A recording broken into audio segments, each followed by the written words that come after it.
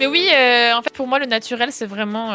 Typiquement, par exemple, les îles que pourrait faire Joy ou Krawet, tu vois. Enfin, je sais pas si tu vois, du coup, leur travail, mais c'est très naturel, c'est vraiment que des trucs dans des tons bruns, verts, et c'est tout. Donc, en fait, là, je suis en cours de construction de mon île, et j'ai repris, en fait, juste la base qu'elle avait. Donc, forcément, c'était la base qu'on avait commencé à faire sur du naturel, et je suis en train de changer au fur et à mesure quand j'ai les objets. Je sais pas si tu vois. Je me souviens, CM2, une fille de ma classe avait une chaîne YouTube à CNH, et les gens de ma classe étaient... Et tout le monde... Oh non. Bah ouais, la pauvre. Moi, c'était ça, hein. J'ai subi ça aussi, hein, Melna, au collège et au lycée. En fait, faut jamais en parler. Faut jamais que ça relie ton privé de tes passions sur certains trucs. Parce qu'après, les gens te font avoir honte. Moi, ils m'ont fait avoir honte de ce que je faisais, alors que je kiffais ce que je faisais. Et en partie, ça m'a démotivée et j'ai arrêté pendant 3 ans à cause de ça. Ouais, c'est ça, Melna. Ouais, ils sont débiles, hein. Je comprends pas pourquoi c'est honteux. Bah, en fait, c'est parce que les gens se foutent. Enfin, la plupart des gens qui tombent sur toi sur YouTube ont pas la même utilisation de YouTube que toi. Et honnêtement, je pense que dans toute ma scolarité, il y a genre une seule personne qui a réussi à comprendre ce que je faisais quand j'étais au collège-lycée. Parce que c'était un mec qui aussi s'était lancé dans des vidéos. Je crois qu'il faisait du Call of ou des jeux de tir, tu vois. Mais il avait mon âge. On était dans la même, pas dans la même classe, mais on était dans les mêmes, on avait les mêmes groupes de potes et tout. Et en fait, lui, il en avait parlé avec ses amis d'enfance parce qu'en fait, les personnes avec qui il était au collège, j'étais aussi avec lui en primaire, maternelle. Donc en fait, il savait, il le connaissait très bien. Et du coup, il leur en avait parlé. Et en fait, il se foutait de sa gueule. Et moi, je savais ce qu'il ressentait, le pauvre, parce que en fait, c'était cool. Ce qu'il faisait, c'était juste un gosse qui jouait à son jeu, tu vois. La bonne époque de YouTube des années 2010, tu vois. Genre, c'était tout mimi, il était gentil et tout. Il faisait ses petites vidéos tranquille et tout. Et il me comprenait, lui, il savait ce que c'était parce que les gens se foutaient de nos deux gueules, tu vois. Alors que nous, on aimait bien faire ce qu'on faisait. Et ils étaient là, ils regardaient tes vidéos entre eux, ils se foutaient de sa gueule. C'est te regarder, ils se moquaient de toi. Ou ils revenaient avec des rêves de tes vidéos. Le lendemain, t'étais là en mode, bah frère, genre, s'il te plaît, genre, arrête, tu vois. Genre là, c'est juste gênant pour tout le monde. Ça me met super mal à l'aise alors que j'aime bien ce que je fais.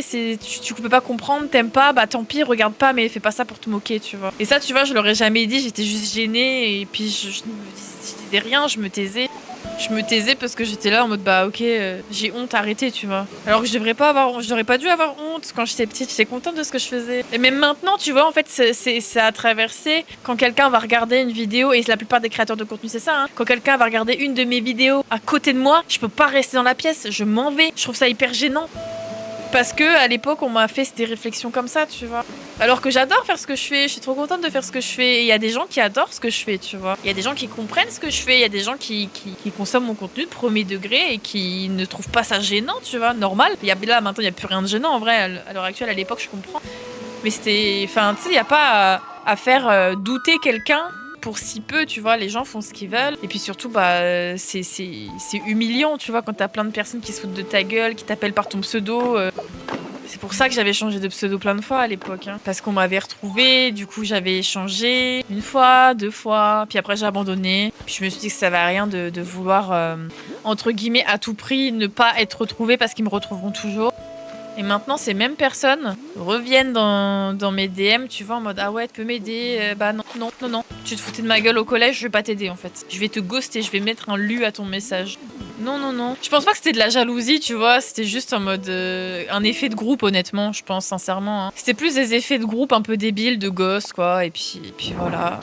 Je pense pas qu'il y ait vraiment de méchanceté gratuite ou quoi, c'est l'effet de masse. Cherchez pas. Moi, je l'ai conçu comme ça dans ma tête et je pense que pour beaucoup, c'est ça. Hein. C'est ça. Et par exemple, quand j'avais un peu percé durant le confinement, ce même mec que je vous parlais avant, qui faisait aussi des vidéos sur Call of, il avait commenté une vidéo en mode putain, je suis grave fière en vrai. Genre, ça fait trop bizarre de te voir maintenant dans cet état-là d'esprit, entre guillemets, et de voir à quel point bah, t'as pas lâché et ça fait du bien, tu vois, de se dire, bah, il y a au moins quelqu'un qui a réussi, tu vois. Et j'étais retournée voir parce que du coup, moi, je m'intéressais pas du tout à sa chaîne YouTube, à ce mec-là. Pourtant, c'était un de mes super potes. En lycée, on était hyper potes.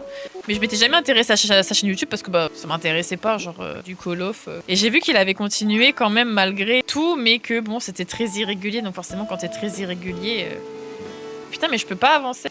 Je peux pas placer ma clôture ici. Quand t'es très irrégulier, YouTube, en fait, il te met pas en avant, tu vois. Mais ouais, un peu quand même contente d'avoir eu des gens qui étaient dans cette optique et qui m'ont jamais réellement... Enfin, qui savent, tu vois, que je fais du contenu et qui maintenant se tournent un peu leur veste, tu vois. Je suis un peu contente en mode, ah bah voilà, tu vois, tu te rends compte à quel point t'as été con, peut-être quand t'étais jeune, de toute de ma gueule. Après, je sais même pas si les gens-là se rendent compte, tu vois. Parce que moi, c'est mon travail, je bosse pour moi, je fais un truc qui me plaît. Eux, maintenant, ils sont vraiment en mode putain de taf de merde. Et moi, je suis là en mode, bah, moi, je kiffe mon taf, tu vois. Je parle avec des gens hyper cool quand je suis en stream. Les vidéos YouTube sont toujours bien reçues. Enfin, voilà quoi. J'ai des sponsors de marques avec qui toi tu vas, je sais pas, genre que tu vas adorer. Et maintenant, moi, je suis sponsor par ces marques-là, tu vois. La roue va tourner quoi. Moi, en vrai, je suis super fière, honnêtement. Je pense que la petite Océane Pixel, là, elle serait un peu fière quand même. Hein. Pas vous cacher. Je pense que là, si je lui disais ça, elle serait là, moi, tu te fous de ma gueule. Genre.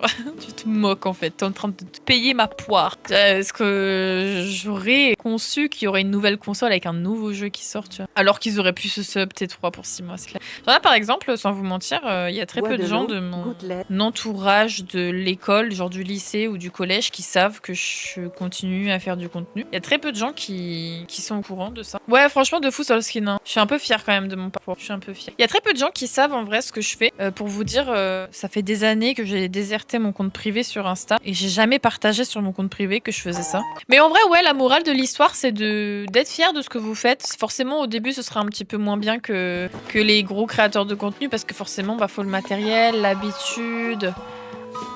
Voilà, il y a tout plein de choses qui rentrent en compte à un moment, mais ça vient avec le temps et ça viendra quand ça viendra. Il faut s'exercer, il faut tester. Au niveau du montage, bah, l'expérience, ça viendra au fur et à mesure. Le fait d'être à l'aise en vidéo, bah pareil, ça vient au fur et à mesure, mais c'est pas inné, tu vois. Moi aussi, au début, j'étais un peu gênée, j'étais pas à l'aise, tu vois. Forcément, vous avez bien vu mon premier live, comment j'étais, quoi. J'étais trop gênée, je savais pas où me mettre. C'était super gênant, hein, quoi.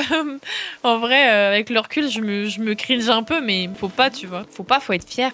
Et je suis contente, tu vois, en vrai, j'en parle tout le temps, mais je suis super contente d'avoir gardé la rediffusion et de l'avoir exporté sur ma chaîne YouTube. Bon, c'est pas sur la bonne, c'est sur la principale, mais au moins j'ai cette relique qui montre mon premier live. Et je suis contente. Et il y a un truc que j'aimerais bien faire avec vous, c'est de re-regarder mon premier live en stream. Et voilà, j'aimerais trop refaire ça. Mais tu sais vraiment où on se prend un stream entier, où on re-regarde mes premiers streams pour voir l'évolution, voir tout ça quoi.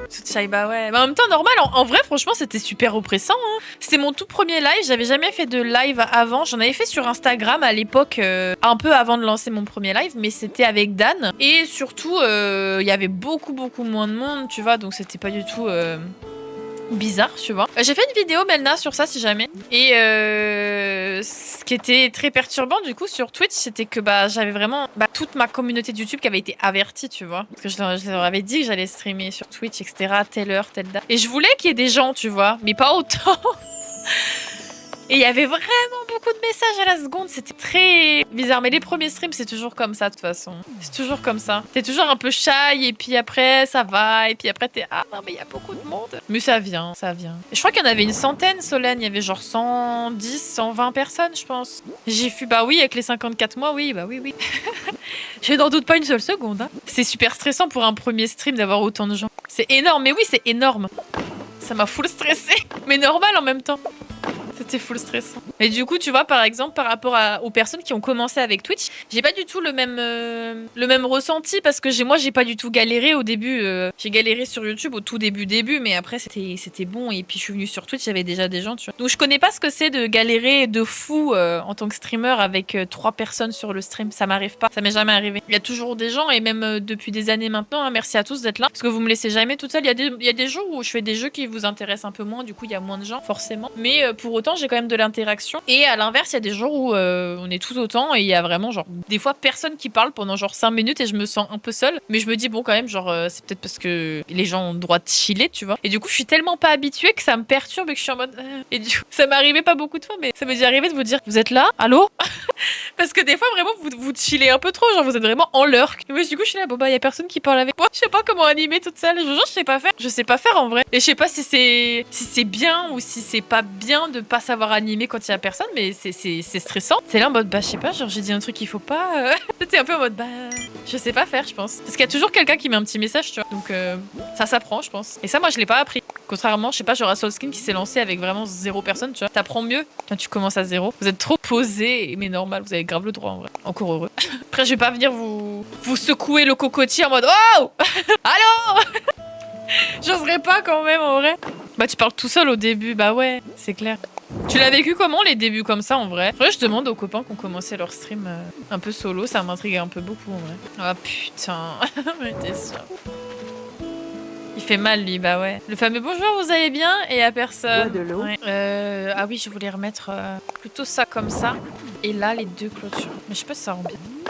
Mais oui, de fou, mais là, bien sûr. Hein. C'est pour ça, moi, je suis contente d'avoir d'autres copains chez qui vous emmenez, en vrai, à chaque fin de stream.